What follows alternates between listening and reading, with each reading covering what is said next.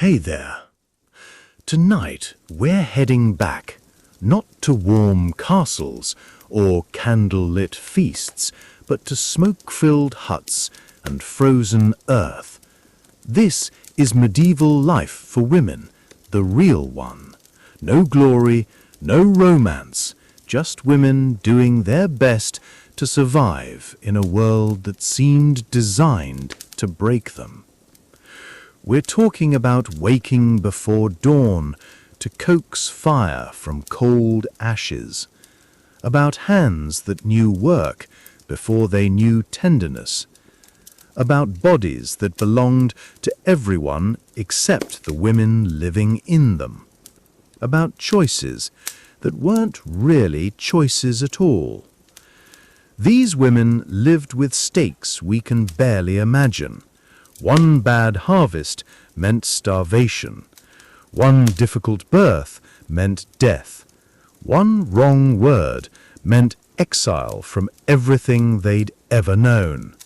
And somehow they got up every morning and found ways to love, to hope, to make life worth living in the small spaces where life was still theirs to control.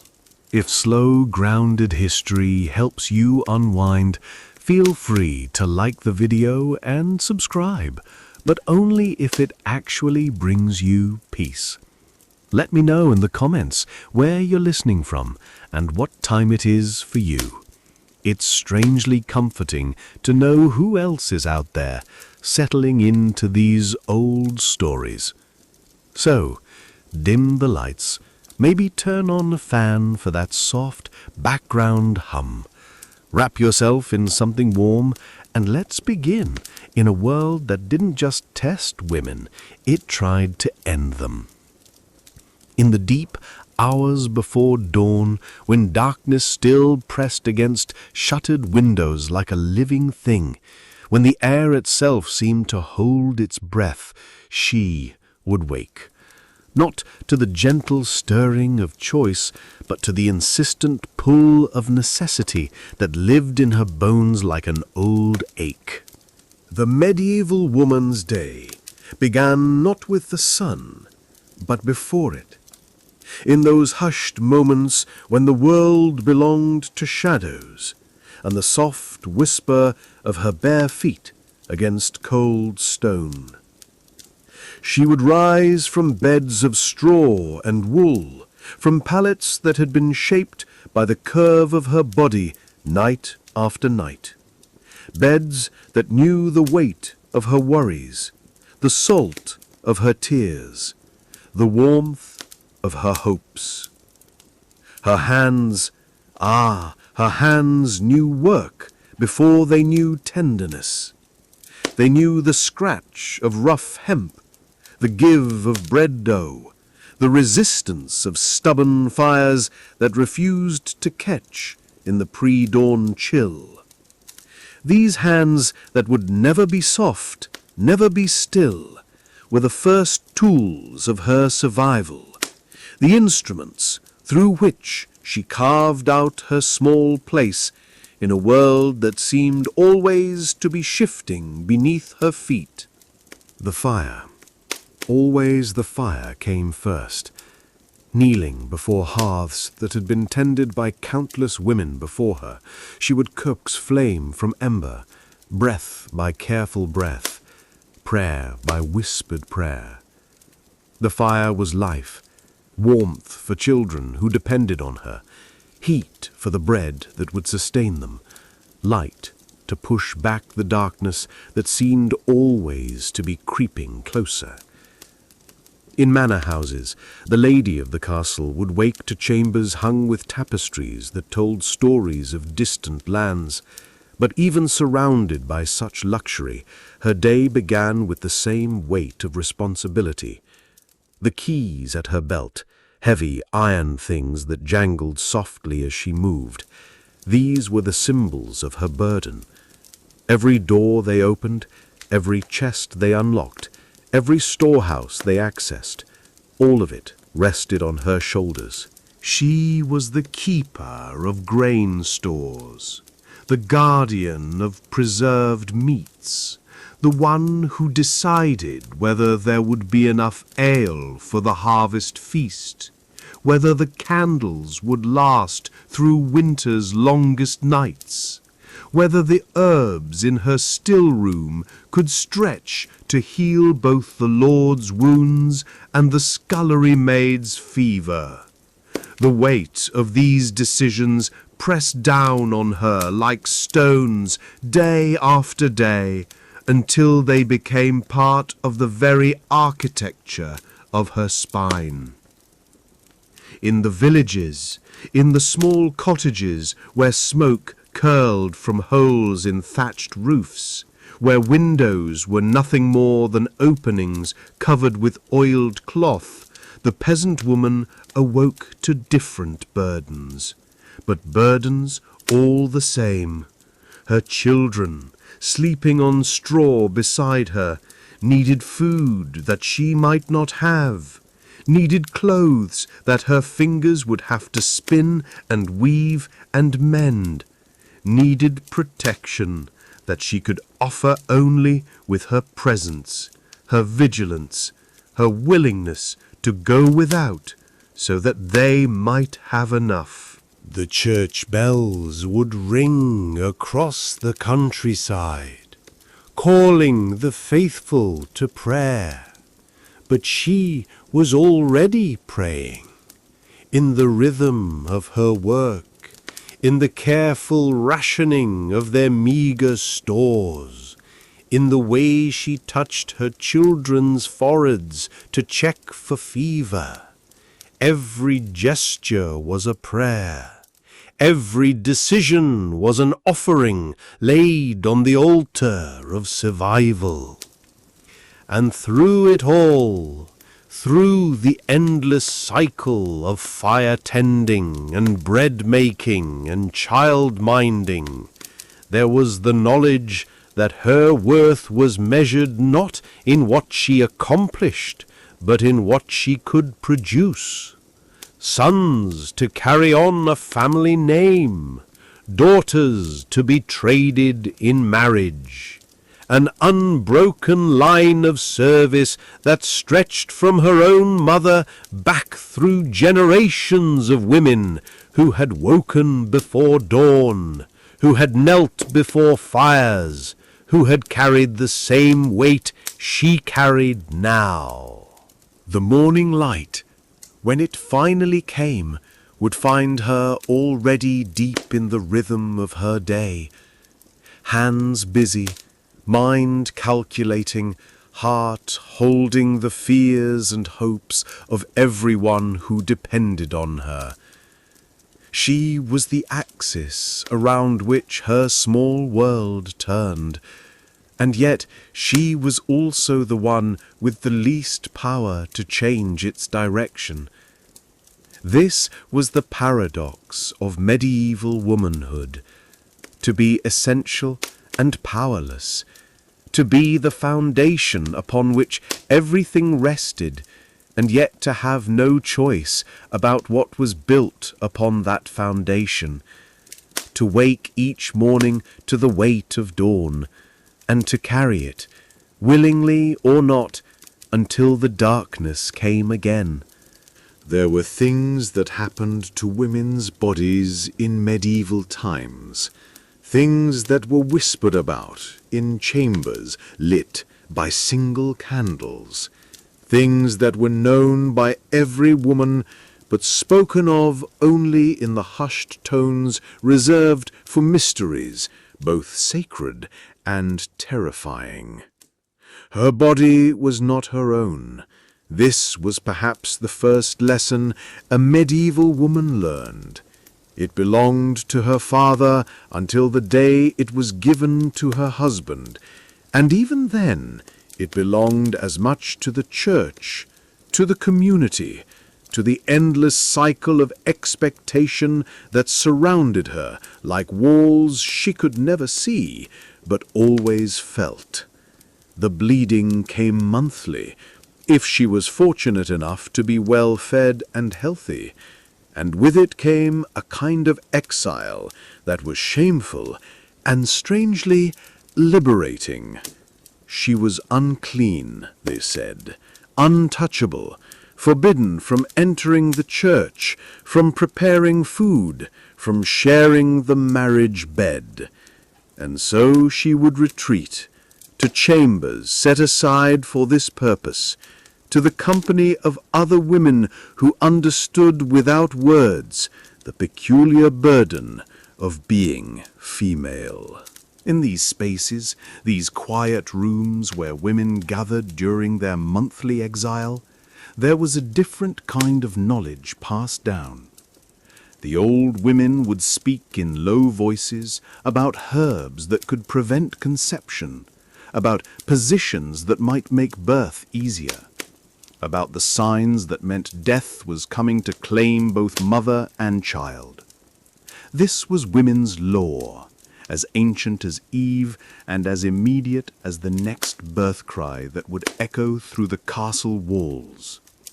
Pregnancy came often, relentlessly, like seasons that could not be held back. A woman might find herself carrying child after child, each one a gamble with death, each one a testament to her body's surrender to forces beyond her control.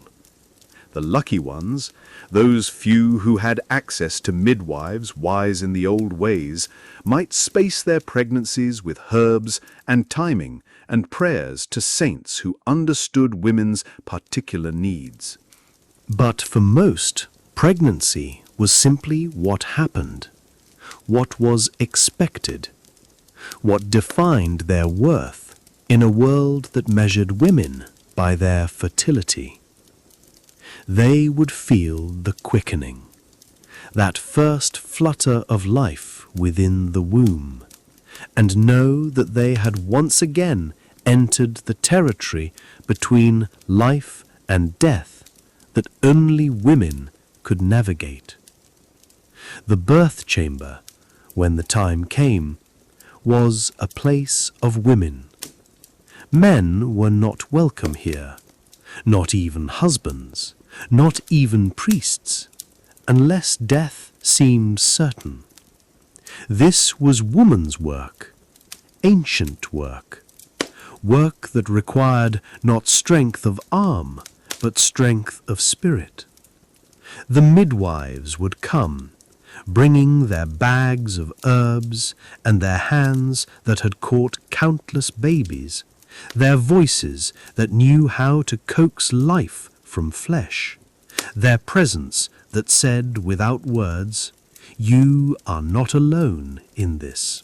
They labored by candlelight, by firelight, by whatever light could be coaxed from lamps filled with precious oil. They labored to the rhythm of prayers that were older than Christianity, prayers that women had whispered since time began when they faced the great threshold between life and death. They labored knowing that there was no guarantee, that tomorrow might find their children motherless, their husbands widowed, their own stories ended before they had been fully told. The lucky ones survived, emerged from the birth chamber pale and exhausted, but alive, alive to face the next pregnancy that would likely come within a year or two.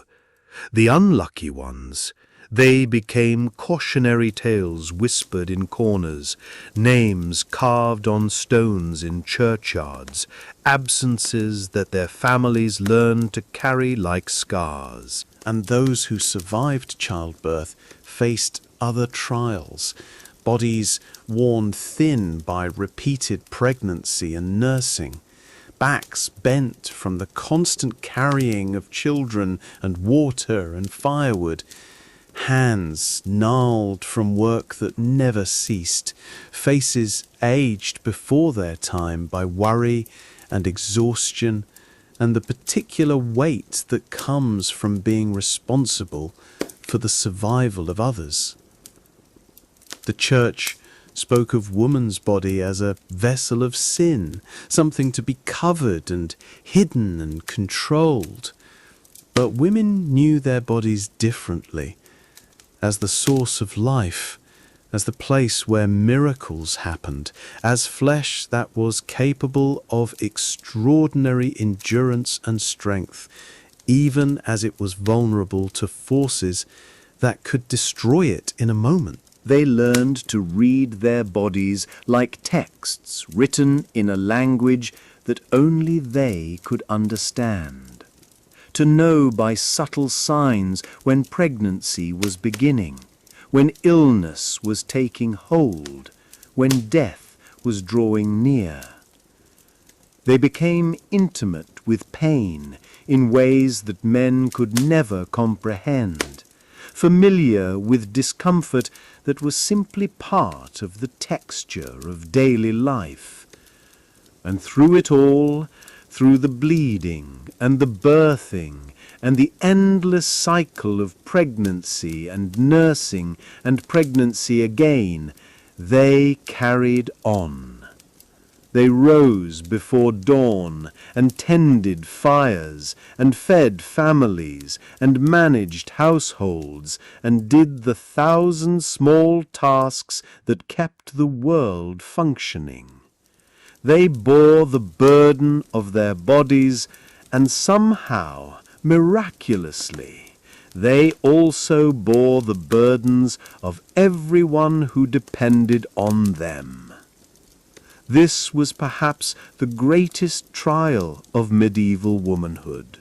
Not any single event, but the slow accumulation of physical demands, the gradual wearing away of the body's resources, the way flesh became both sanctuary and prison, both the source of their greatest power and their most profound vulnerability. The market square in medieval times was a theatre of survival, a place where dawn brought not just light, but the desperate choreography of women trying to make life possible for another day. Here, as the sun climbed slowly over thatched roofs and stone walls, the economy of necessity played out in whispered negotiations and careful calculations. She would arrive early, the peasant woman with her basket of eggs, her small wheel of cheese, her handful of herbs gathered from the margins of her tiny garden. These were the fruits of her labour, precious things wrested from soil and animal and the grudging cooperation of weather that might change its mind at any moment. Each egg represented a meal her own family would not eat, each herb a remedy they would do without, each small sacrifice multiplied until it became a strategy for survival. The market was a place of women's voices, calling out prices in languages that had been shaped by centuries of bartering. Voices that knew how to coax a few more coins from a reluctant buyer, how to make poverty sound like abundance, how to sell not just goods, but the stories that made those goods precious. Listen. Can you hear them? The dairy woman calling out the richness of her butter, the herb seller promising that her feverfew would break any fever, the baker's wife explaining that her bread was made with grain blessed by the priest himself. These were not just advertisements, they were incantations, attempts to transform the ordinary into the essential, to make their small offerings indispensable in a world where everyone was struggling to get by. The merchant's wife stood behind her husband's stall, but her eyes were the ones that tracked every transaction, her hands that knew exactly how much could be lost before they would begin to starve, her voice that whispered in his ear when a customer was trying to cheat them.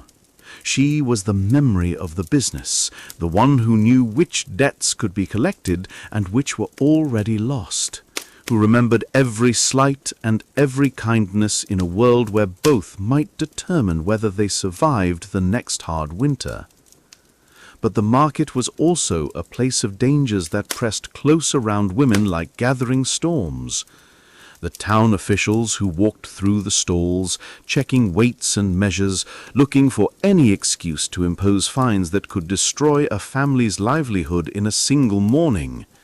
The church authorities who watched for signs of heresy, for women who knew too much about healing, who spoke too freely about matters that were supposed to be left to men and priests.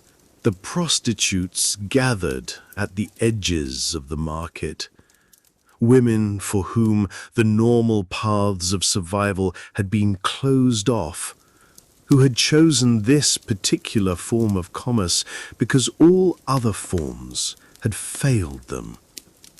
They were the most visible reminder of how narrow the margin was between respectability and ruin, how quickly a woman could fall from one side of that line to the other.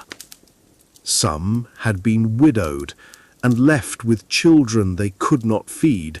Some had been turned out by families who could no longer afford to keep them. Some had simply been born into circumstances that offered no other choices.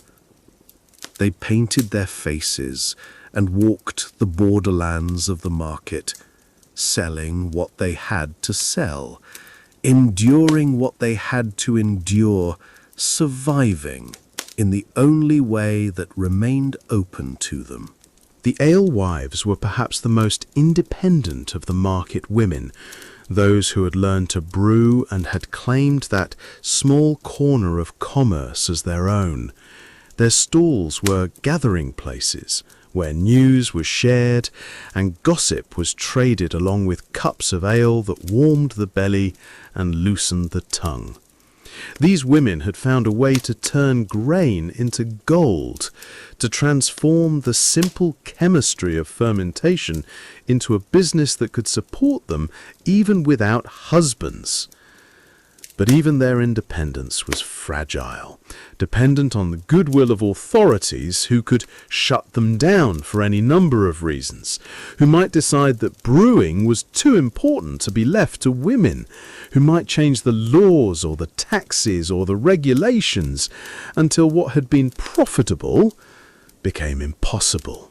The market was also a place of solidarity, where women who spent most of their time isolated in cottages and manor houses could come together, could share the burden of knowledge that weighed so heavily on each of them individually. Here, standing beside their baskets of goods, they could speak freely about the difficulties of their lives, could offer advice about difficult pregnancies or demanding husbands or children who would not thrive.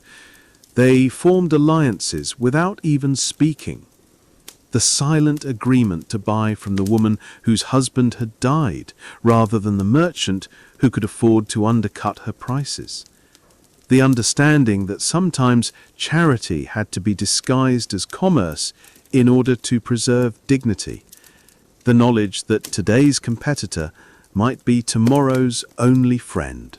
As the morning wore on and the sun climbed higher, the market would fill with the sounds of bargaining and calling and the thousand small conversations that made up the social fabric of medieval life. But underneath it all was the steady drumbeat of necessity, the knowledge that every transaction mattered, that the difference between a good day and a bad day might be measured in a handful of coins, that survival was not guaranteed but had to be earned, over and over again, in the endless repetition of dawn after dawn after dawn. When evening came and the stalls were packed away, she would walk home with whatever coins she had managed to earn, counting them carefully, planning how they would stretch to cover the needs that always seemed to multiply faster than the money to meet them. Tomorrow would bring another market day, another chance to transform the work of her hands into the means of survival, another small victory in the long campaign that was a medieval woman's life. The lady of the castle awoke to luxury. But luxury, as she would learn, was its own kind of prison. Her chambers were hung with tapestries that told stories of distant lands she would never see, filled with furniture carved from woods that grew in forests she would never walk, warmed by fires, tended by servants whose names she might never know. And yet, for all this comfort, her life was perhaps more constrained than that of the peasant woman who rose before dawn to milk her single cow. From the moment of her birth, her life had been a series of negotiations in which she was both the prize and the currency, but never the negotiator. Her father had fed her and clothed her and educated her, not out of love alone, but as an investment, a way of increasing her value in the great game of alliance and inheritance that occupied the minds of noble families like a chess match played across generations. She learned to read, not so that she might explore the world of ideas, but so that she could manage the household accounts.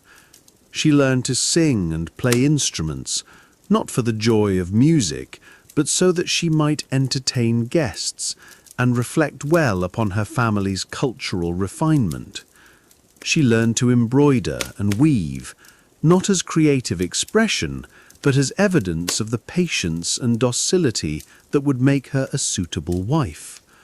The marriage negotiation, when it came, would be conducted entirely without her input. She might catch glimpses of the process, overhear conversations between her father and his advisers, notice the stream of visitors who came to assess her dowry and her lineage and her potential for producing male heirs.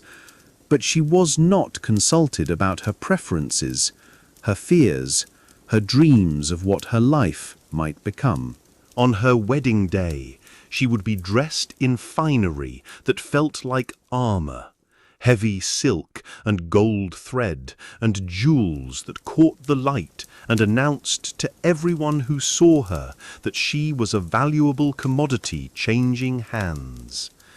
She would speak the words of the marriage vow without having had any voice in writing them, would promise to love and honor and obey a man she might have met only days before, would sign away her legal existence in exchange for a new identity as someone's wife.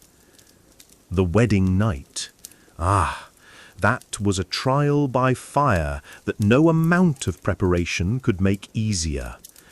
She had perhaps been given some whispered instruction by her mother or an older female relative, had perhaps gleaned some understanding from the farm animals she had observed, but the reality of physical intimacy with a stranger, the pressure to conceive immediately, the knowledge that her value as a wife would be measured largely by her fertility, all of this combined to make her first months of marriage a kind of education in endurance. If she was fortunate, her husband would be kind, or at least not actively cruel. If she was fortunate, she would conceive quickly and deliver healthy sons who would secure her position in the household. If she was fortunate, her mother-in-law would welcome her rather than see her as a threat to be managed or eliminated. But fortune was not guaranteed.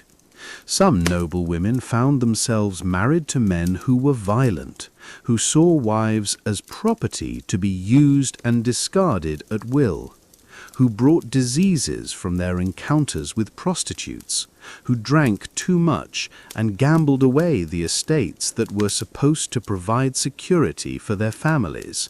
The daily life of a noblewoman was a carefully choreographed performance of domesticity.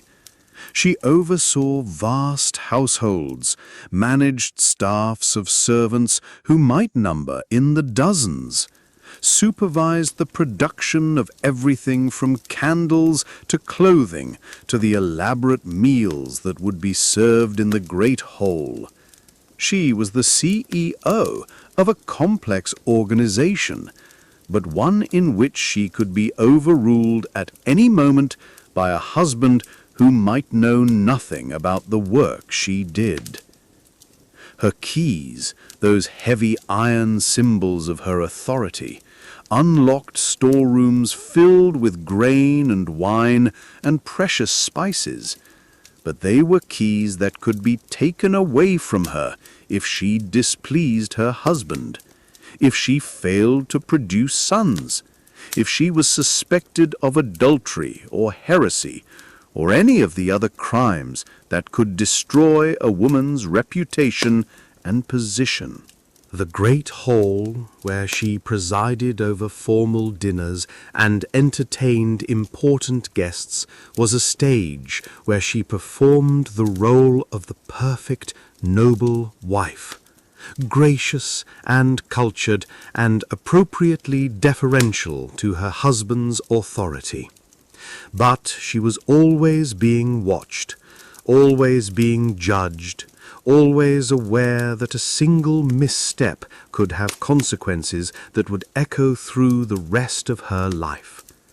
Her relationships with other women were complicated by the hierarchies that governed noble society. She might form genuine friendships with the wives of her husband's allies, but those friendships could be severed overnight if political circumstances changed. She might mentor younger women who came to her household as ladies-in-waiting, but she also had to be careful not to show favoritism that could be interpreted as faction-building. If she was blessed with intelligence and education, she might find ways to exercise influence behind the scenes, might become an advisor to her husband on matters of diplomacy and estate management, might even, if she was widowed, take control of her own lands and make her own political alliances. But such women were rare, and even they had to be careful not to appear too independent, too ambitious, too willing to step outside the boundaries that defined acceptable feminine behavior.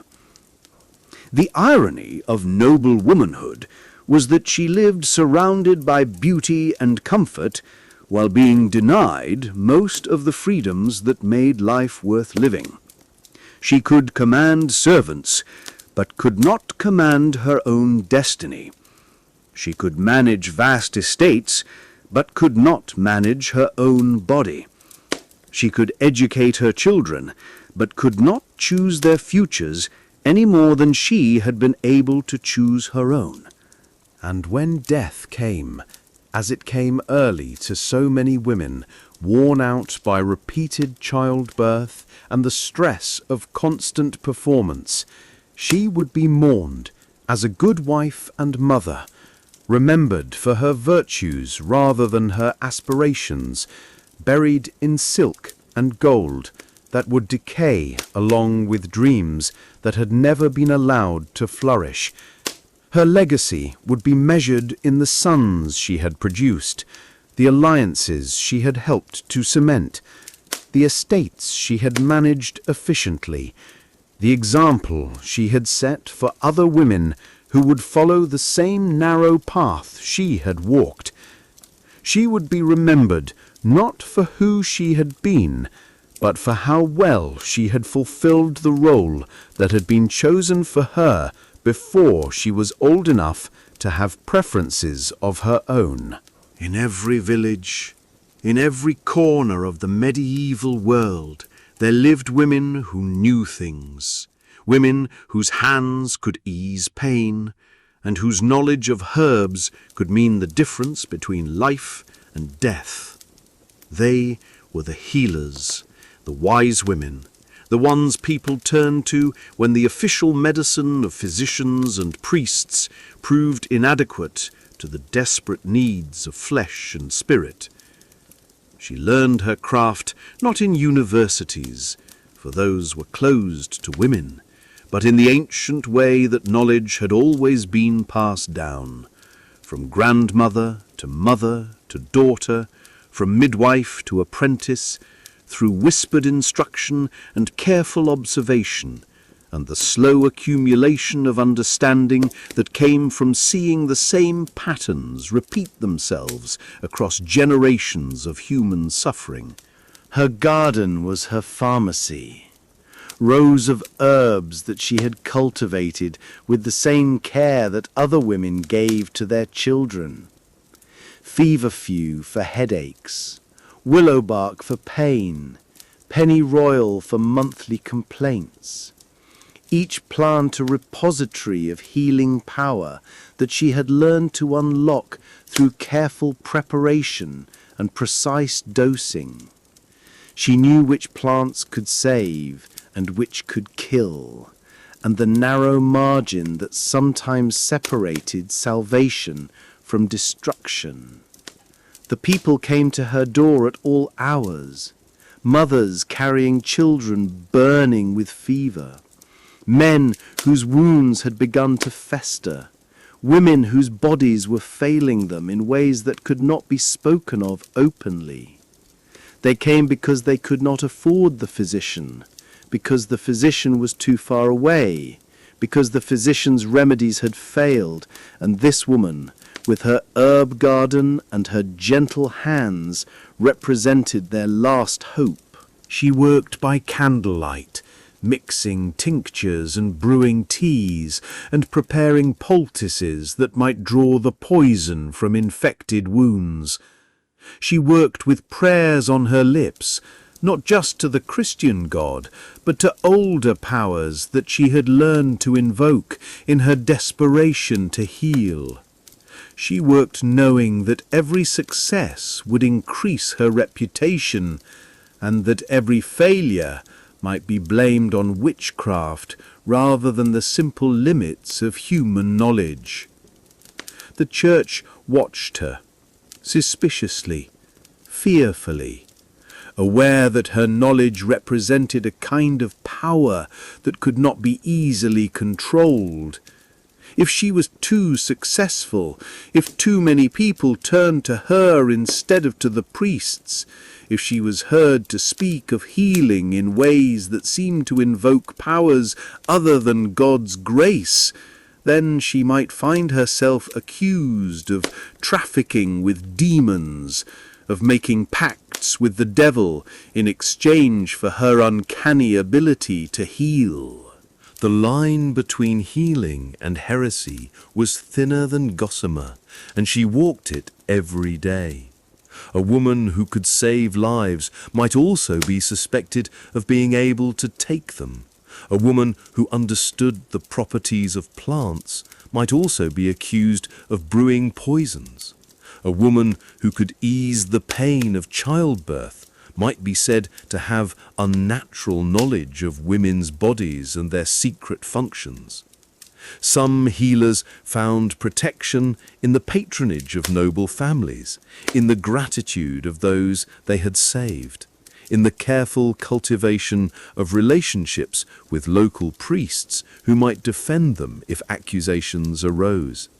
But protection was never guaranteed, and the woman who was beloved in her community one day might find herself dragged before church authorities the next, accused by neighbors who had grown fearful of her knowledge or jealous of her influence. The wise woman who served as midwife carried perhaps the greatest burden of all. She was present at the most dangerous moments of women's lives, witness to the thin boundary between life and death that every birth represented. When mothers and babies survived, she was praised and rewarded. When they died, she might be blamed for failing to save them, or worse, suspected of having caused their deaths through malevolent magic. She knew secrets that no one else knew, had seen things that no one else had seen, understood the mysterious workings of women's bodies in ways that made her both invaluable and dangerous. She knew how to ease labor pains, how to turn a breached baby, how to stop bleeding that might otherwise prove fatal.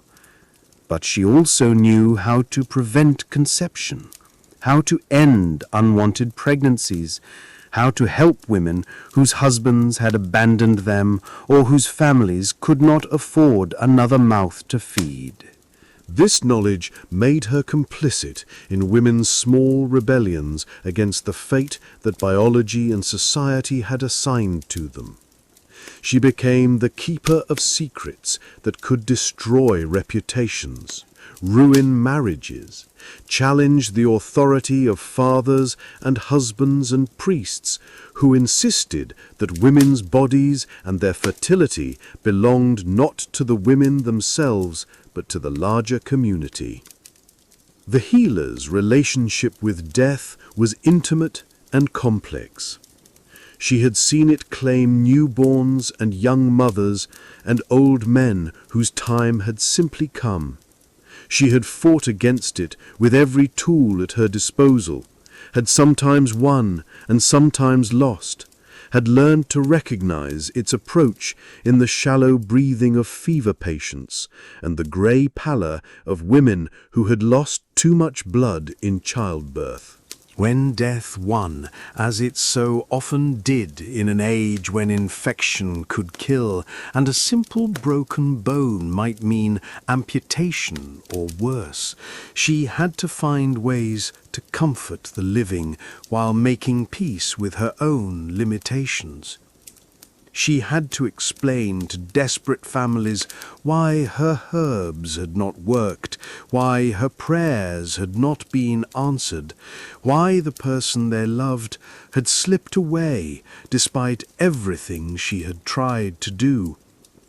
And always, she had to be careful not to seem too wise, too powerful, too capable of things that ordinary women should not be able to do. She had to heal without seeming to perform miracles, had to ease suffering without appearing to command forces beyond normal human understanding, had to save lives without attracting the kind of attention that might cost her own life. The irony of the healer's position was that she was most valued for the very knowledge that made her most vulnerable. Her neighbors needed her, depended on her, trusted her with their most desperate hopes, but they also feared her, whispered about her when they thought she could not hear, wondered sometimes if the power to heal might not also be the power to harm. She lived always on the edge, between gratitude and suspicion, between being seen as an angel of mercy and being accused of witchcraft, between the satisfaction of lives saved and the terror of being blamed for lives lost. She carried the weight of her community's health and the burden of its fears. And somehow, miraculously, most of these women found the courage to continue their work despite the dangers that surrounded them like shadows in the forest. Her legacy would be written not in books, but in the lives she saved, in the children who survived because she knew how to break their fevers, in the mothers who lived because she knew how to stop their bleeding, in the countless small victories that never made it into the official histories, but that were remembered in the prayers of families who had reason to be grateful that such women existed in the world.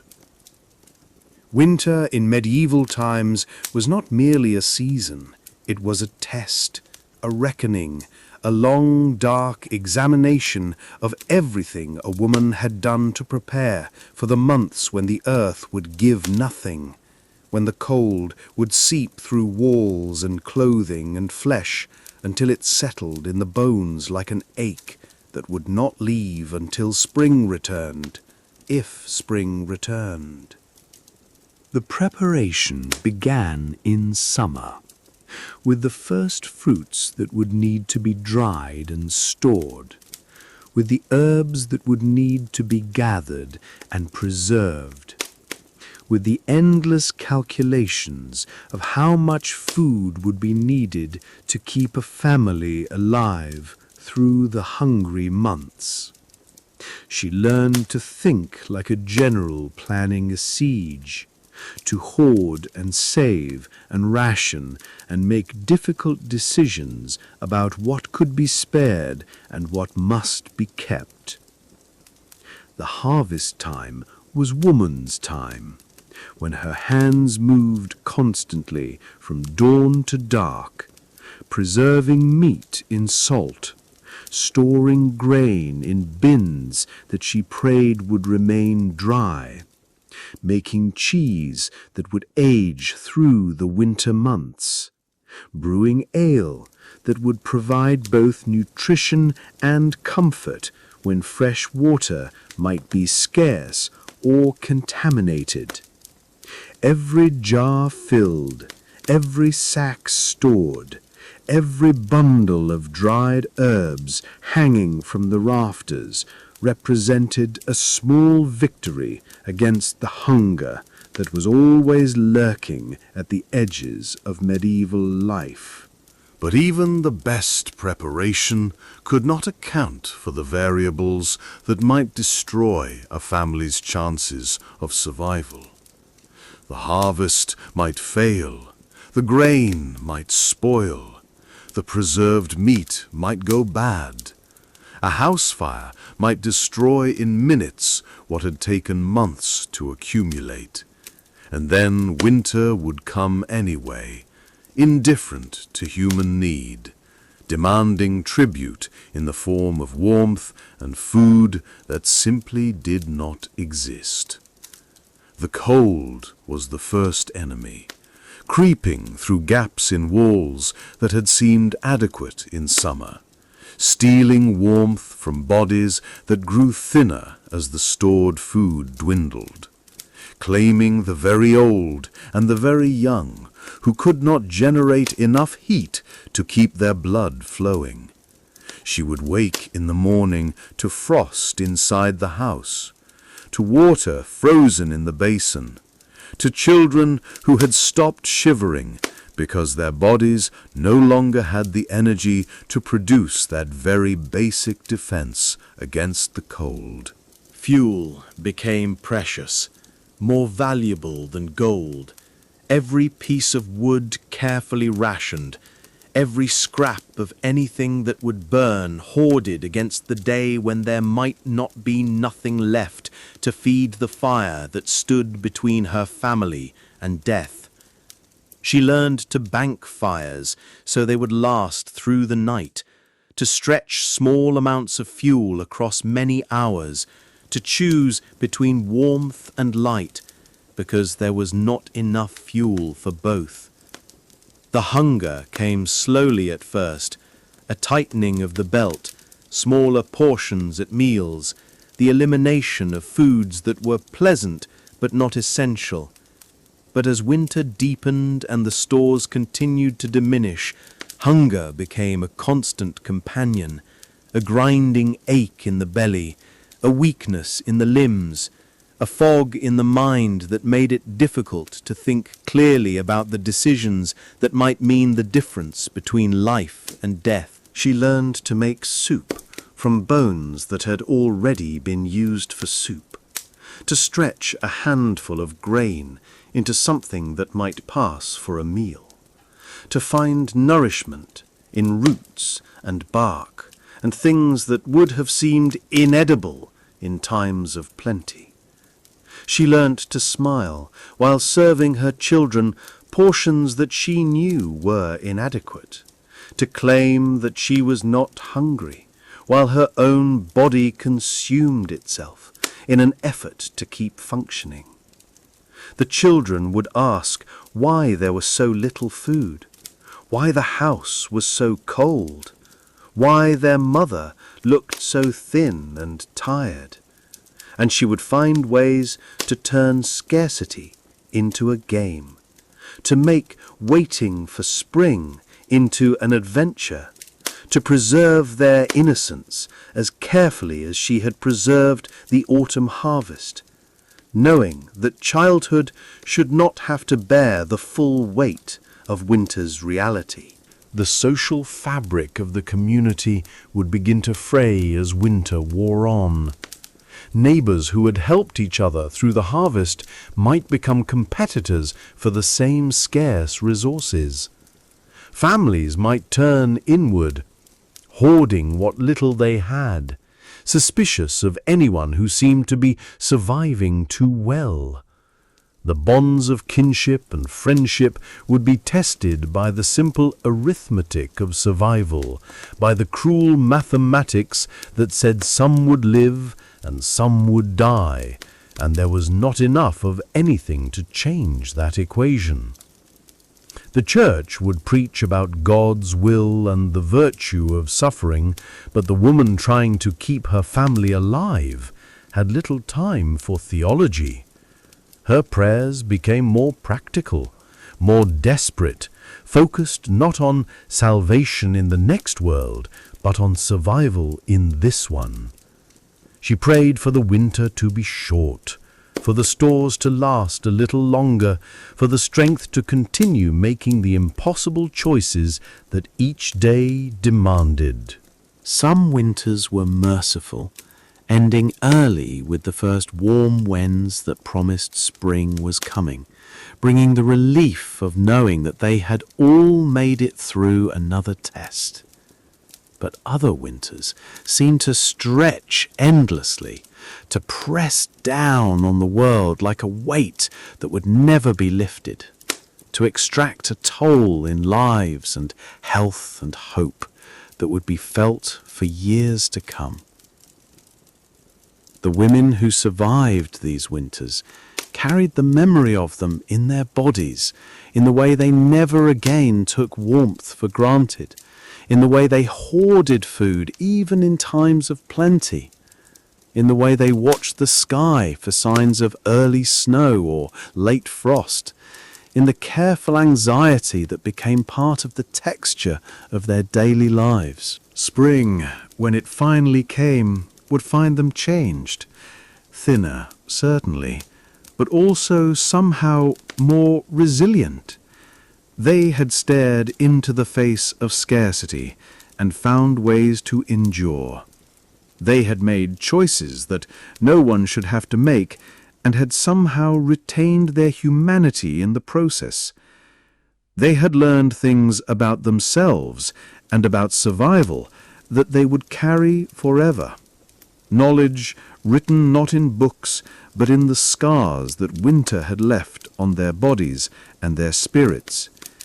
The first green shoots pushing through the last patches of snow were not just signs of seasonal change.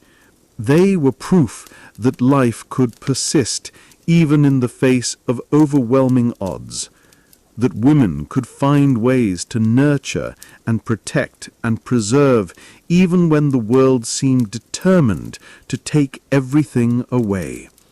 These shoots were hope made visible, promises that the cycle would continue, that there would be another harvest, another chance to prepare, Another opportunity to prove that love could triumph over the mathematics of survival. But even in the joy of spring's return, there was the knowledge that another winter would come, that the cycle would repeat, that every year would bring its own test of endurance and ingenuity and will.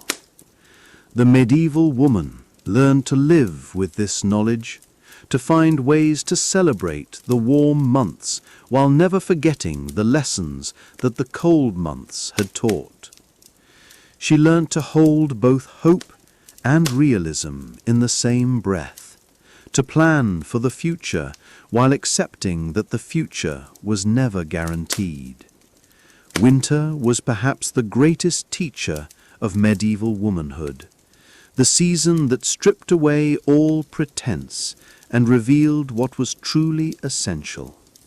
It taught that survival was not a right but an achievement, that warmth and food and safety were privileges that had to be earned through careful preparation and wise choices and the willingness to sacrifice for those who depended on you.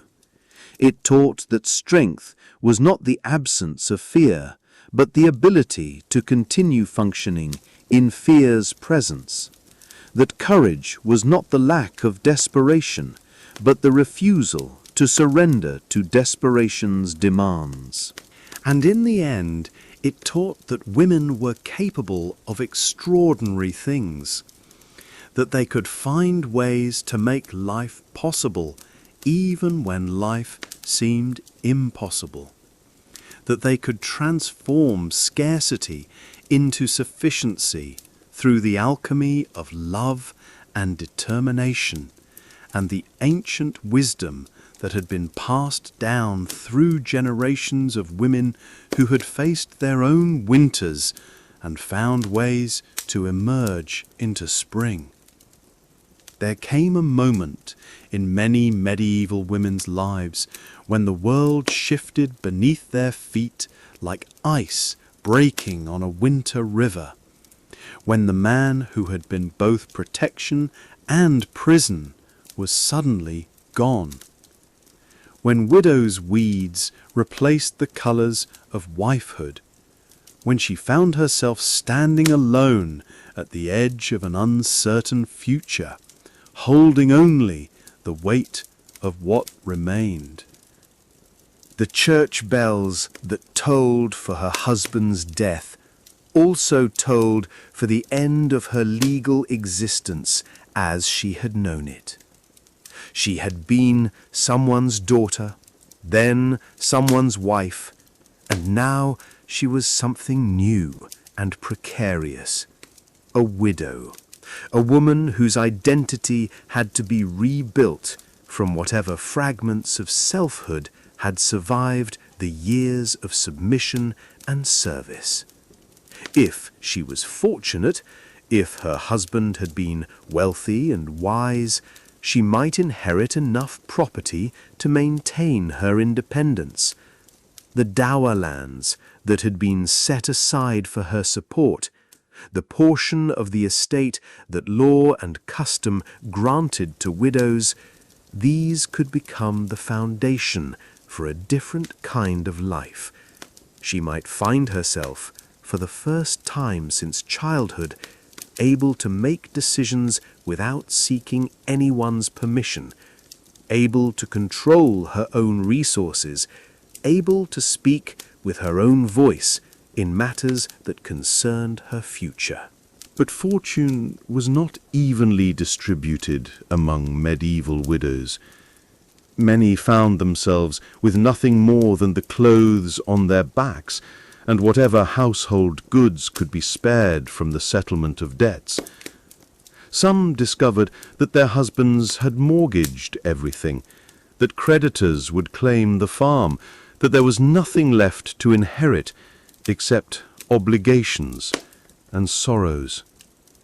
The widow with young children faced perhaps the most difficult path. She was expected to be both father and mother, to earn income that could support the family, to make decisions about her children's futures while managing her own survival.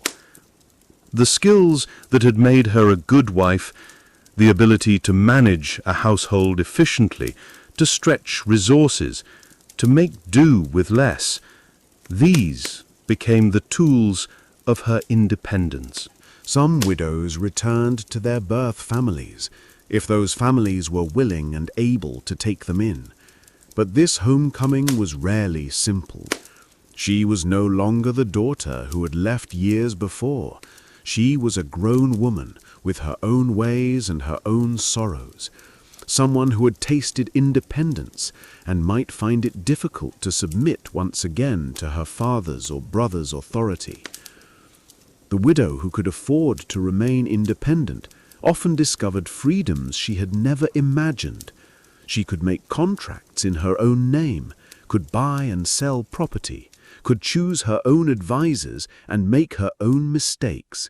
The keys that had once symbolized her domestic authority could now unlock doors to a wider world, doors to commerce and property management and the kind of decision-making that had been forbidden to her as a wife.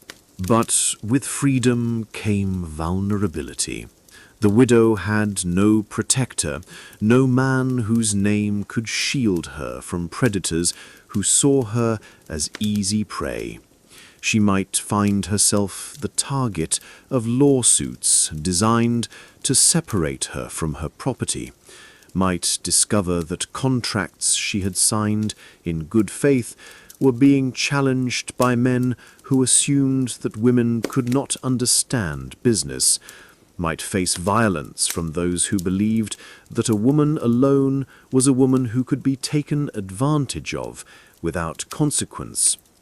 The remarriage pressure began almost immediately. Well-meaning relatives and friends would point out that she needed protection, that her children needed a father, that a woman alone was an invitation to trouble. Suitors would appear, some genuine in their affection, others clearly more interested in her property than in her person, still others who saw her as a convenient way to acquire a ready-made family and household without the trouble of wooing a young bride. The widow who chose to remarry faced a cruel irony. Marriage might provide security and protection, but it would also end her legal independence. Her property would become her new husband's property. Her children would be subject to his authority. Her voice would once again be silenced in favor of his. She would trade freedom for safety, and many widows found this bargain too painful to make. Those who chose to remain unmarried had to navigate a world that didn't quite know what to do with them. They were neither maidens nor wives, neither completely vulnerable nor completely protected.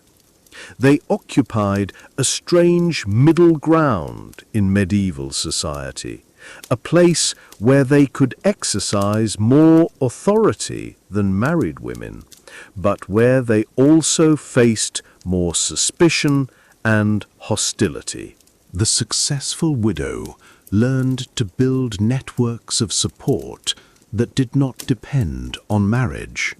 She cultivated relationships with other widows who understood her situation, formed alliances with merchants and craftsmen who respected her business acumen, earned the loyalty of servants and employees who valued working for someone who understood their needs.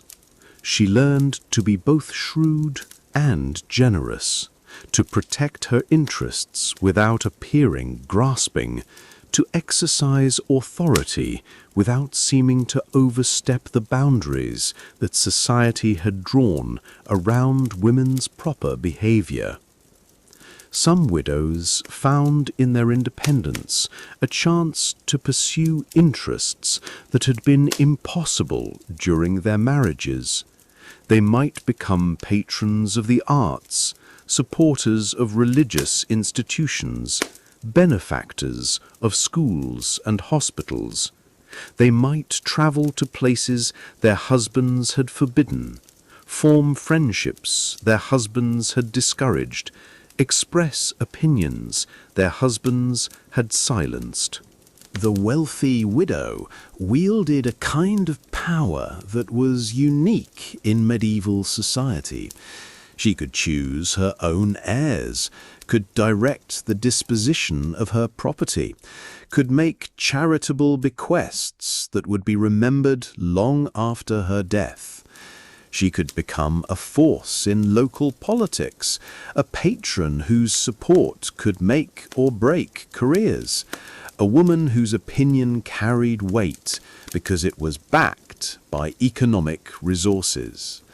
But even the most successful widow carried with her the memory of vulnerability, the knowledge of how quickly security could disappear, the understanding that her independence was always precarious and might be challenged or destroyed by forces beyond her control. She learned to sleep lightly, to keep her important documents hidden, to maintain relationships that could provide support if her situation changed suddenly. The widow's story was ultimately a story about adaptation, about finding ways to thrive in circumstances that had not been planned for, about discovering strengths that had been hidden during the years when strength was not required. She learned that she could survive without the protection she had been taught to believe was essential, that she could make decisions without the guidance she had been told was necessary, that she could find happiness and fulfillment in ways that did not depend on the approval or presence of men. When death finally came for the widow, as it came for everyone, she might leave behind a legacy that was entirely her own creation. Her will might reflect choices that no husband had influenced. Her charitable bequests might support causes that she had chosen independently. Her property might pass to heirs she had selected based on her own judgment of their worthiness. In the end, widowhood offered something that medieval society rarely granted to women, the chance to discover who they were when they were not defined by their relationships to men, the opportunity to make choices based on their own preferences and values, the freedom to write the final chapters of their lives in their own words. For many women, these years of independence were worth all the struggles and dangers that came with them, a taste of what life might have been like if they had been born into a world that valued women for themselves, rather than for their usefulness to others.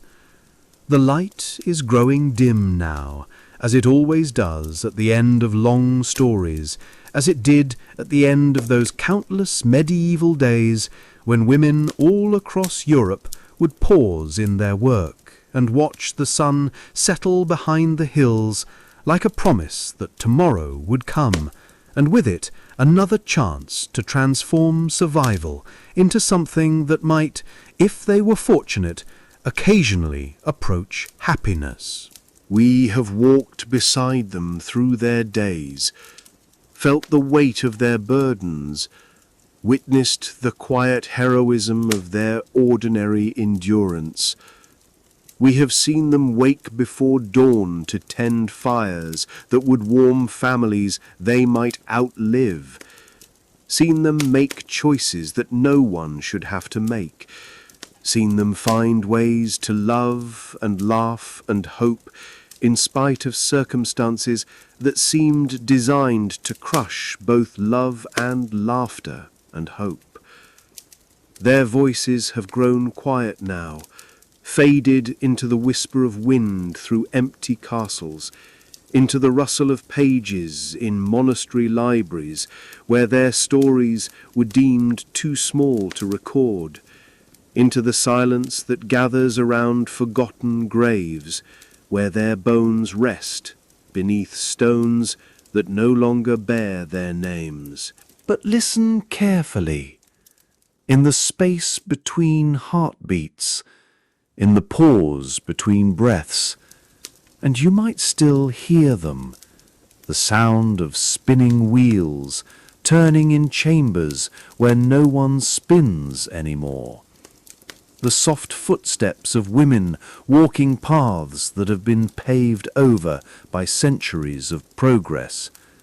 The lullabies they sang to children whose own children's children have long since joined them in the earth.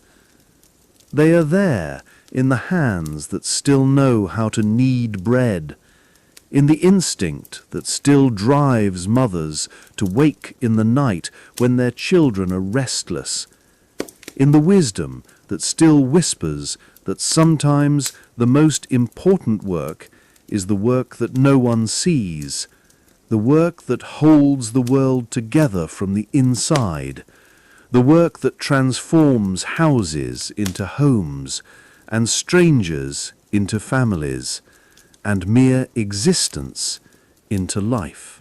Their legacy is written not in stone, but in the persistence of tenderness, in the continuation of small kindnesses that make survival bearable, in the stubborn insistence that beauty matters even when beauty seems like a luxury no one can afford.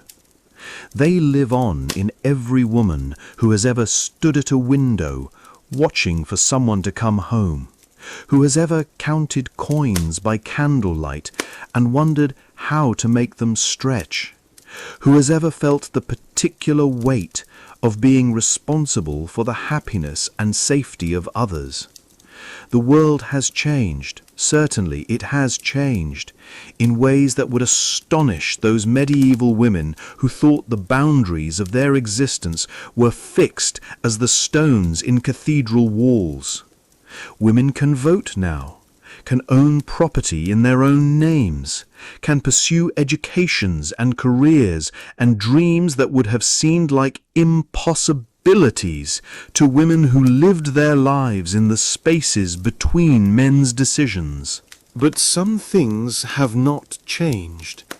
The fierce protectiveness that drives mothers to sacrifice their own needs for their children's welfare, the ability to find joy in small moments of beauty and connection, the strength that comes from knowing that someone else's well-being depends on your willingness to endure, the wisdom that understands that the most important victories are often the quietest ones. The medieval woman's story is ultimately a story about the triumph of the human spirit over circumstances that seemed designed to break it, about the ways that love finds expression even when it is constrained by law and custom and the brutal arithmetic of survival, about the quiet heroism of people who get up every morning and do what must be done because someone has to do it, and they are the ones who are there. Their lives were hard, harder than we can perhaps fully comprehend from our perspective of electric lights and modern medicine and legal protections that they could never have imagined. But they were not just hard, they were also full of moments of laughter shared over washing tubs, of satisfaction taken in bread that rose properly, of pride felt in children who survived to adulthood, of friendship forged in the shared understanding of what it meant to be female in a world that had not yet learned to value female experience. They loved imperfectly but persistently. They hoped in spite of evidence that hope was foolish. They found ways to be generous, even when generosity might mean going without. They created beauty in the margins of lives that left little room for the beautiful. They sang songs that no one thought to write down, but that echo still in the rhythm of work songs and lullabies, and the wordless humming that accompanies the thousand small tasks that turn a day into a life. Now sleep, as they slept, as women have always slept, when the day's work is finally done, and the fire is banked, and the children are breathing peacefully in their beds. Sleep, knowing that you are part of a long line of women who have faced impossible choices and found ways to choose love, who have lived through circumstances that seemed unbearable and found ways to bear them, who have looked into uncertain futures and found reasons to believe that tomorrow might be better than today. Sleep and dream of women in long dresses walking on paths that wind through forests that no longer exist. Dream of hands that knew how to make everything they needed from whatever materials the world provided. Dream of voices that sang in languages we no longer speak, but that spoke truths we still understand. Sleep and know that their struggles were not in vain, that their sacrifices made possible the freedoms we now take for granted, that their quiet endurance brought us the right to make choices they could never have imagined, that their love echoes still in every act of nurturing and protection and the fierce determination to make life better for those who come after us. The story ends, as all stories must, but the women in it continue, in the rustle of curtains at windows where someone is still waiting for loved ones to return home, in the warmth of bread fresh from ovens where someone still knows the ancient alchemy of flour and water and fire, in the voices of mothers everywhere who still sing their children to sleep with melodies that carry the accumulated wisdom of all the mothers who came before. Rest now. Rest in the knowledge that you are connected across time to women who understood that the most important work is often the most invisible work, that the greatest strength is often the strength to endure, that the most profound love is often the love that asks for nothing in return except the chance to keep loving. The candle burns low, the fire settles into embers, the night grows deep and quiet around us all. Somewhere in that quiet, if you listen carefully, you might hear them still, the medieval women whose lives we have shared, breathing softly in the darkness, dreaming dreams we will never know, resting at last from labors that never truly ended until they did. Sleep well, sleep peacefully, sleep knowing that their stories have been told, that their struggles have been witnessed, that their courage has been remembered. Sleep knowing that in some way that transcends time and death and the forgetting that claims most human lives, they sleep too, and their rest is sweeter, for knowing that someone, somewhere, still cares enough to listen for their voices in the wind.